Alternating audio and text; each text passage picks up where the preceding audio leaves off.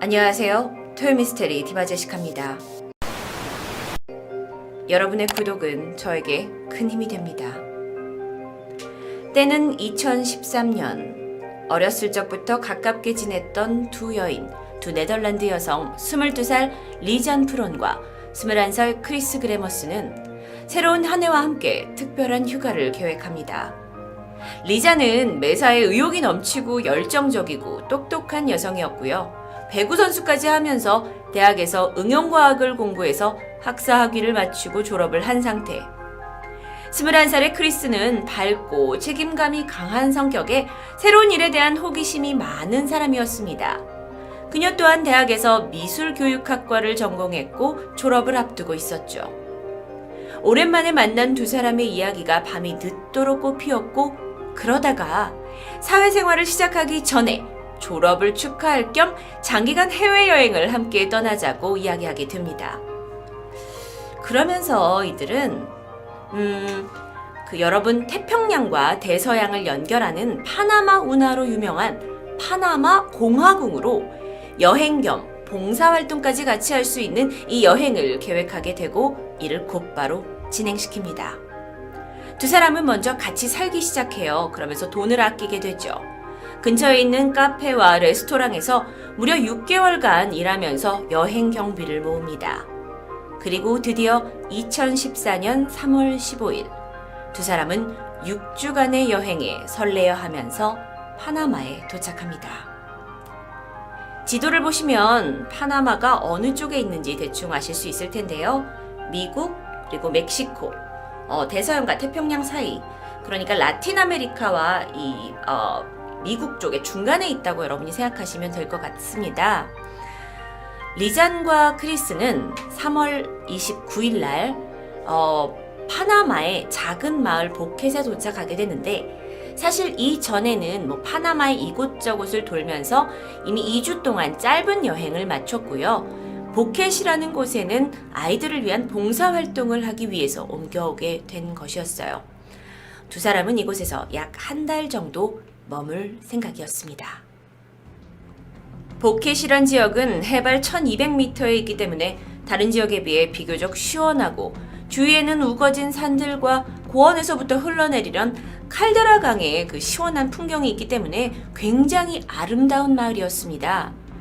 두 사람은 미리 예약해둔 그 숙소에 들어가게 되는데, 이 숙소에 가봤더니 친절한 주인과 함께 주인이 기르고 있는 블루라는 이름의 귀여운 강아지도 있었어요.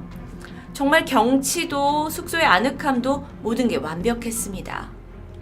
도착 이후에 짐을 풀고 약 이틀간 두 사람은 평온한 라이프를 즐깁니다.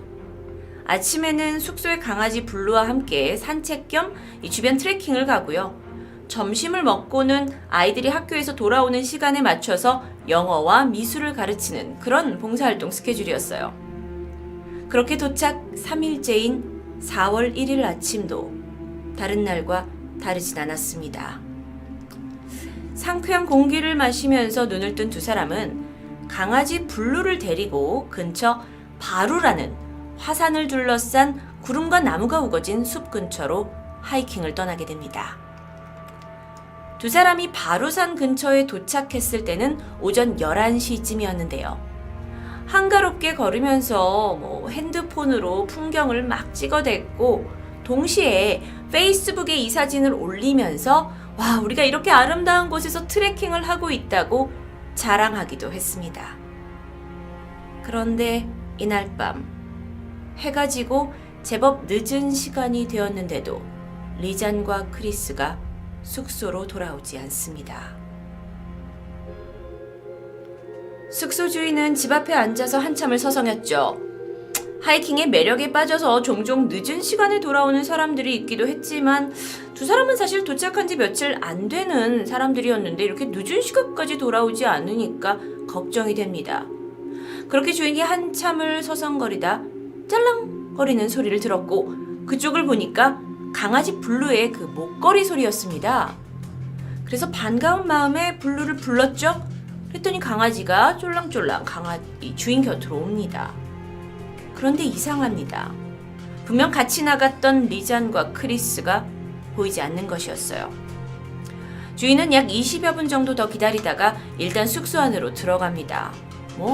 다 큰 성인들이고 낯선 곳에 위험한 곳에 억지로 뛰어들어갈 정도로 무모한 사람들이 아닌 것으로 판단했기 때문이었어요. 그리고 더 늦은 시간에 돌아올 수도 있고요. 다음날 아침 8시가 되었습니다. 누군가 숙소 문을 두드렸어요. 리잔과 크리스가 예약한 이 현지 투어 가이드였습니다. 가이드는 다소 화가 난 얼굴로 두 사람이 아직까지 약속 장소에 나오지 않았다면서 주인한테 두 사람을 좀 깨워달라고 부탁을 하게 되는데, 주인도 옷을 대충 챙겨 입고 리잔과 크리스의 방으로 갑니다. 그런데 아무런 인기척이 들리지 않았어요. 주인은 불현듯 어젯밤에 강아지가 혼자 들어온 것이 생각나면서 불길한 예감에 마스터키를 가져와서 방문을 열었는데 방 안에는 아무도 없었습니다. 주인은 곧장 경찰에 신고를 하고 구조 요청을 합니다. 이렇게 4월 3일부터 두 사람의 실종에 관련된 본격적인 수색이 시작됩니다. 파나마 경찰은요, 이 전문 수색 인원과 더불어서 현지 주민들에게 협조를 구해서 합동 수색을 펼치게 됩니다. 그리고 며칠 지나고 4월 6일 이 소식을 듣고 급히 네덜란드에서 리잔과 크리스의 가족들이 도착을 했고요. 네덜란드 경찰팀도 이곳으로 오게 돼요.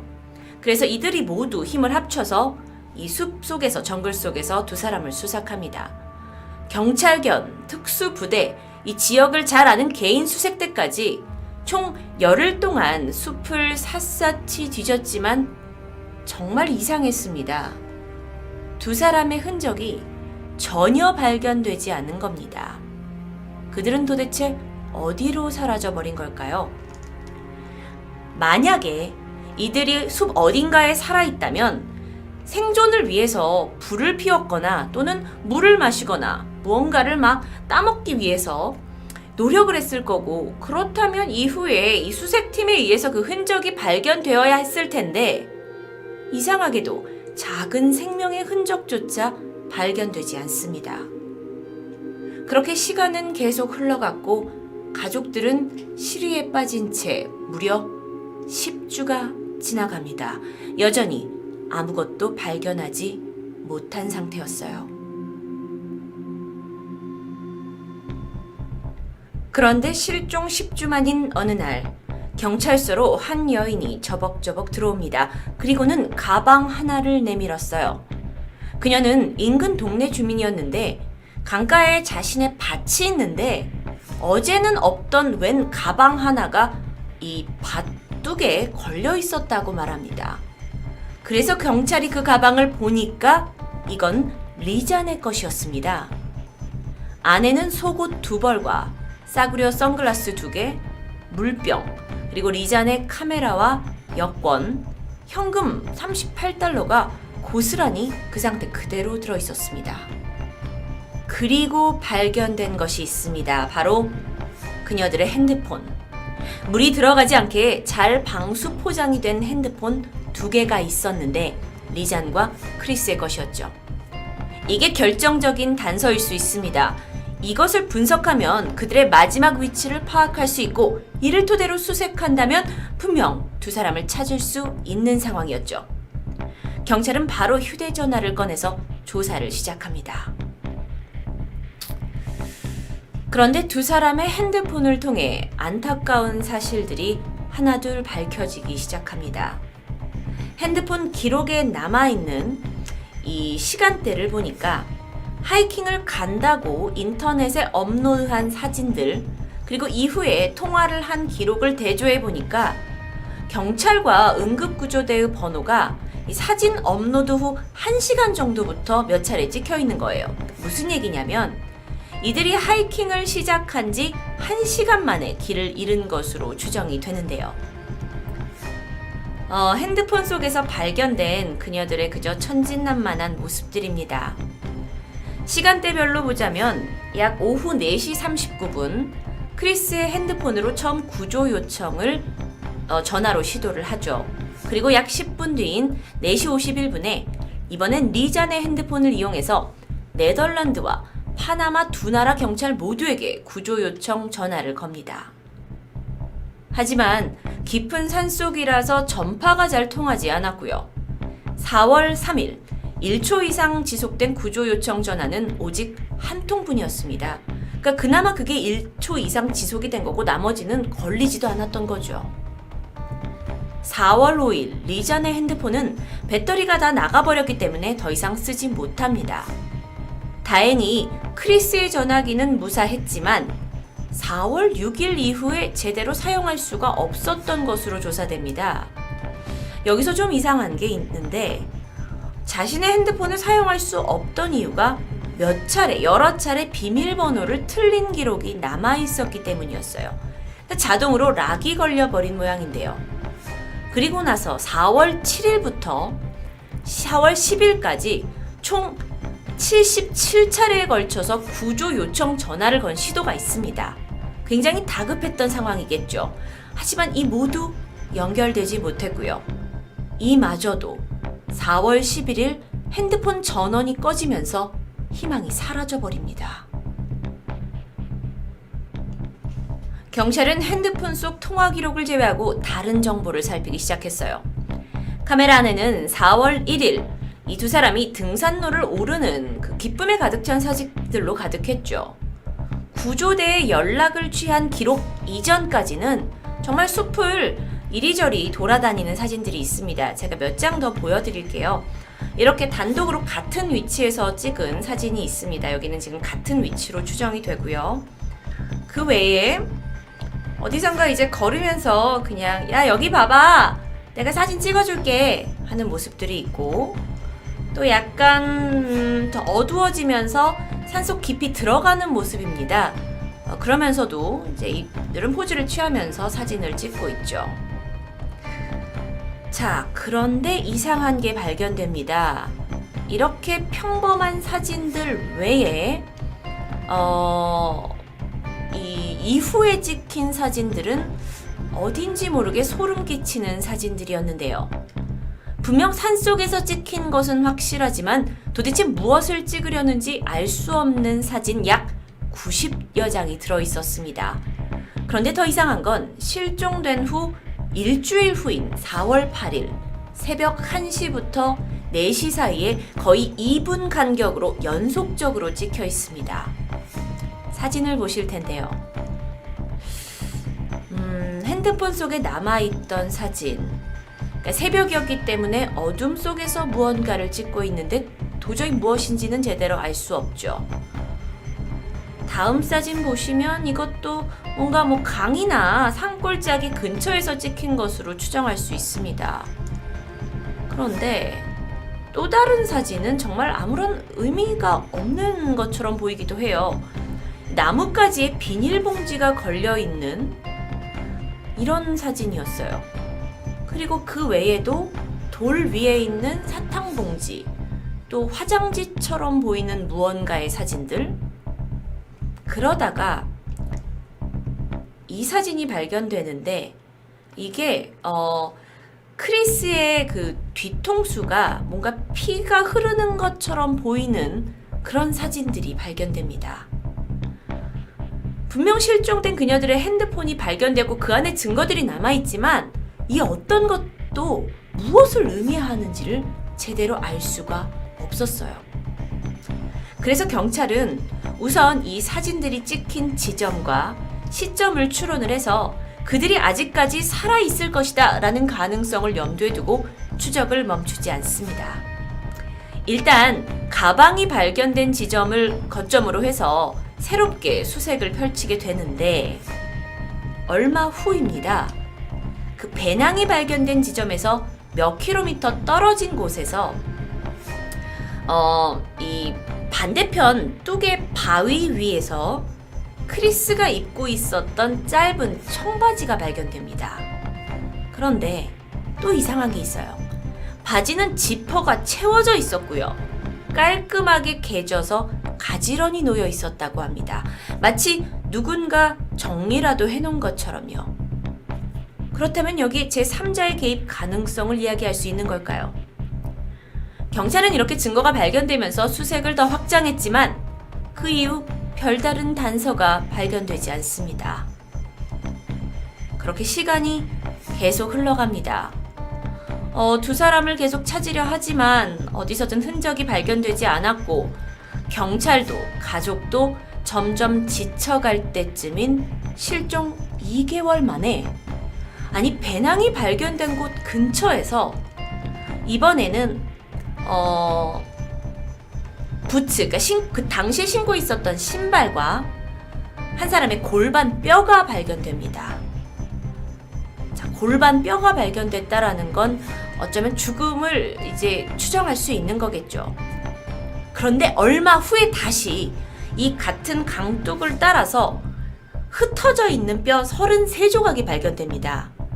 정말 믿고 싶지 않았지만 DNA 테스트 결과 이게 리잔과 크리스의 유골로 밝혀지는데요. 33조각 중에 28조각이 리잔의 것이었습니다. 리잔의 뼈에는 피부의 몇 조각이 붙은 채로 발견이 됐는데 크리스의 뼈는 백골화 현상이 이미 진행되고 있었어요.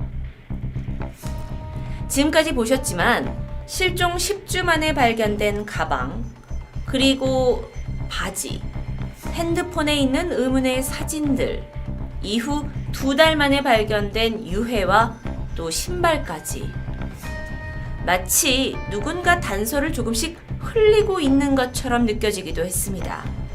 이런 정황은 오히려 경찰 수사를 매우 혼란하게 만들었어요. 하지만 반대로 생각을 해보면 분명 수색을 하고 있는 지역에서 새롭게 증거가 발견된다? 혹시 경찰들의 조사가 태만한 게 아닙니까? 라는 의혹이 제기되기도 합니다. 이 두 사람의 유해까지 발견이 되니까 어쩌면 여자 대학생들이 하이킹을 갔다가 야생동물에게 당해서 먹잇감이 되었다가 그 짐승들이 그냥 여기저기 뼈를 버린 것이 아니냐라는 주장이 일기도 합니다. 그날을 다시 되돌이켜보면 두 사람이 다음날 현지 가이드 투어를 예약한 것으로 봐서 숲속에 오래 머물 계획을 한 건 아닌 것으로 추정이 됩니다. 그렇다면 숲을 거닐다가 야생동물에게 쫓겼고 길을 잃어버린 게 아닌가라고 추정할 수 있는데, 문제는 열흘 내내 이곳에서 그들을 애타게 찾고 있는 사람들의 목소리에 왜 어떠한 방식으로든 대답하지 않았던 거냐라는 의문이 남게 됩니다.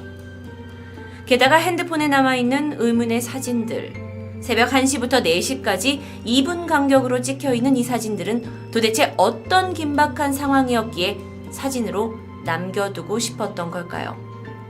바지를 곱게 접어두고 보란듯이 바위에 걸쳐둔 것은 누구의 짓일까요? 그저 우연히 발견한 바지를 누군가 개놓은 걸까요?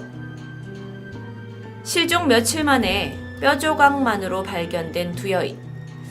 안타깝게도 네덜란드 경찰과 파나마 경찰의 동조 수사에도 불구하고 이 실종 사망 사건은 실마리를 찾지 못했고요. 사건은 결국 사인을 알 수 없는 상태로 종결됩니다.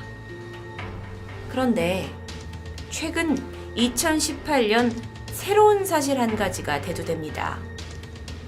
파나마 이 산악 지역에서 여성들의 몇 명이 실종되는 사건이 추가로 발생하게 되었는데, 혹시 이곳을 노리는 어떤 연쇄 살인마가 존재하는 것이 아니냐라는 주장이었죠.